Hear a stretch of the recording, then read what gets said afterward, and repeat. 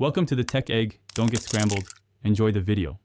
In this video, I will explain how to play the Forest King Pillar Chase.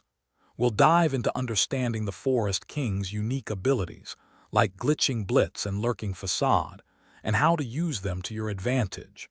You'll also learn to anticipate survivor movements and control the map, ensuring you can consistently pressure opponents and secure those crucial eliminations. Get ready to dominate the chase. The Forest King has a powerful arsenal.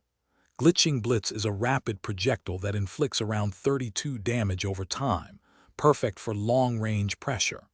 Lurking Facade deploys up to 4 floating heads that ensnare survivors for about 8.5 seconds, giving you a speed boost.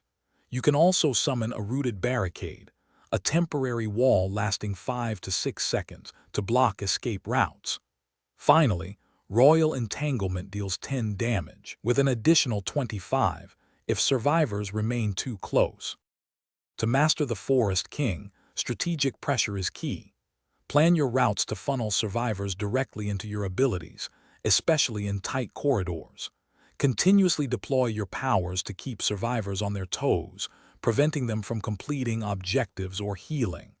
Remember, when a survivor is trapped by Lurking Facade, walk to deal 40 damage per hit instead of sprinting for 25.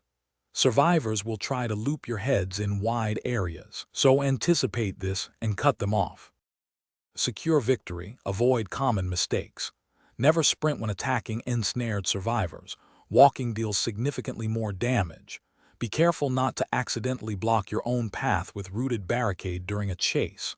Conserve your stamina for critical moments, particularly when survivors are weakened and attempting to escape. Utilize Glitching Blitz to bone break opponents, making them much easier to catch and eliminate. With these tips, you'll be a formidable Forest King. Thanks for watching. Consider subscribing if I helped unscramble your problems.